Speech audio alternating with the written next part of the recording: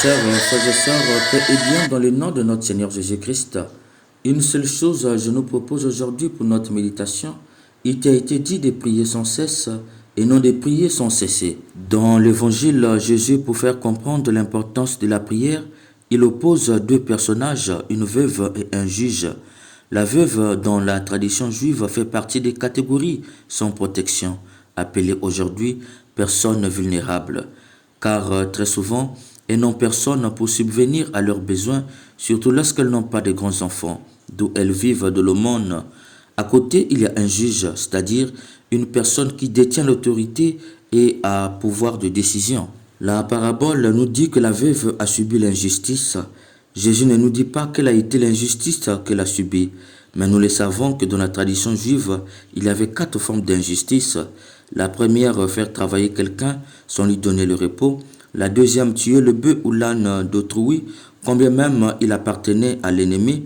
La troisième, confisquer le salaire de quelqu'un, surtout quand c'est un salaire journalier. Et la quatrième, prêter avec intérêt à un pauvre. Quelqu'un aurait donc pratiqué à l'égard de cette veuve l'une des 4 injustices, voire les 4. C'est pourquoi elle a décidé de porter plainte pour que le juge rétablisse la justice. Rends-moi justice contre mon adversaire. Malheureusement pour elle, le juge ne craint pas Dieu. Il y avait dans un village un juge qui ne craignait pas Dieu et ne respectait personne, nous dit l'Évangile. Il faut entendre par là que c'est un homme vicieux et corrompu qui ne donne raison qu'à celui ou celle qui le paye plus.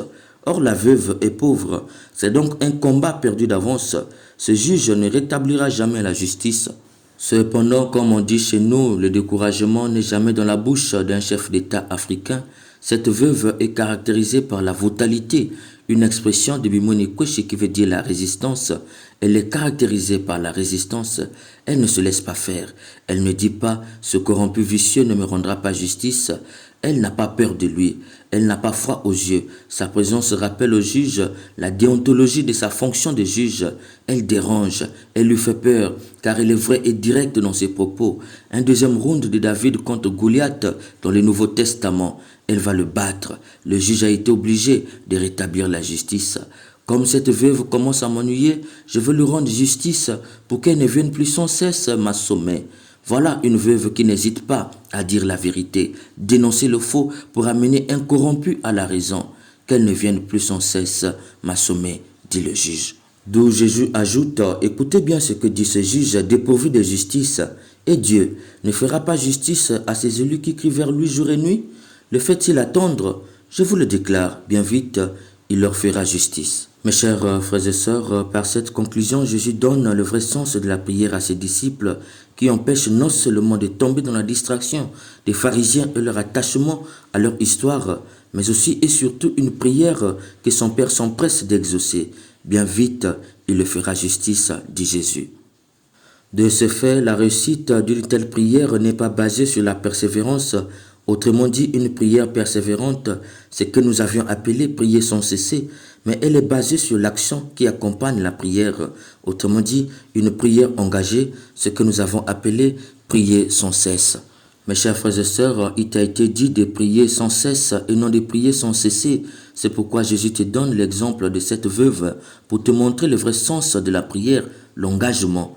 Cette veuve, si elle a été exaucée, ce n'est pas parce qu'elle restait chez elle en train de prier Dieu, de toucher le cœur de ce juge vicieux et corrompu, mais c'est parce qu'elle associait à sa prière la démarche vers ce juge pour aller lui cracher les vérités. Tellement qu'elle l'agaçait avec ses vérités, le juge a été obligé de rendre justice. Par cette parabole, Jésus ne t'invite pas à une prière persévérante, autrement tu tomberas dans ce que nous avons appelé prier sans cesser, s'enfermer chez soi et formuler des tas de demandes avec persévérance jusqu'à ce que Dieu exauce. Mais Jésus t'invite à une prière sans cesse, une prière incarnée, c'est-à-dire joindre à ta prière une action.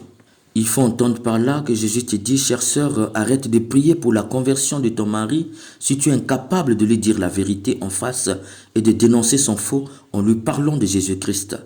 Mon cher frère et sœur, Jésus te dit, arrête de prier pour que Dieu donne aux pauvres si tu es incapable de les partager.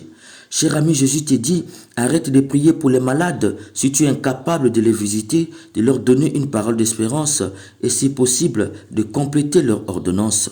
Arrête de prier pour les veuves et les orphelins si tu es incapable de foutre en prison celui qui a confisqué l'héritage.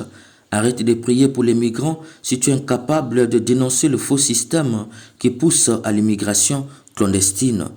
Arrête de prier pour les bébés avortés si tu es incapable de lutter contre les avortements. Arrête de prier pour la paix dans ton pays si tu voles l'argent des pauvres et refuses de donner une bonne éducation à tes propres enfants. Arrête de prier pour que Dieu te donne le travail si tu es incapable d'aller déposer tes dossiers et de répartir constamment le voir pour en savoir plus sur l'avancement de ton dossier, même quand on te chasse.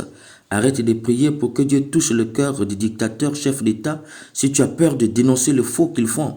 Arrête de prier pour un prêtre maladroit si tu es incapable d'aller le voir pour lui dire ce qu'il fait n'est pas bon. Par cette veuve, Jésus nous dit aujourd'hui, la prière n'est pas un défouloir vers Dieu de tout ce qu'on ne peut pas faire soi-même.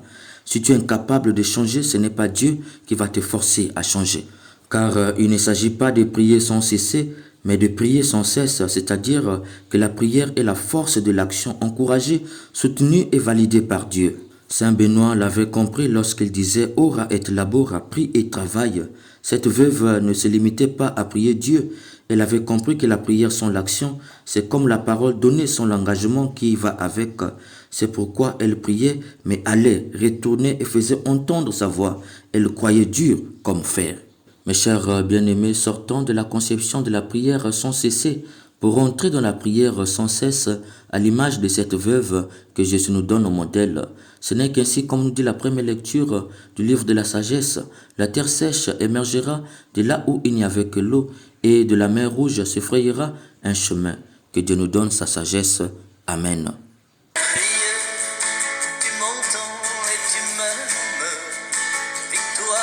Sur soi-même et retrouver la paix.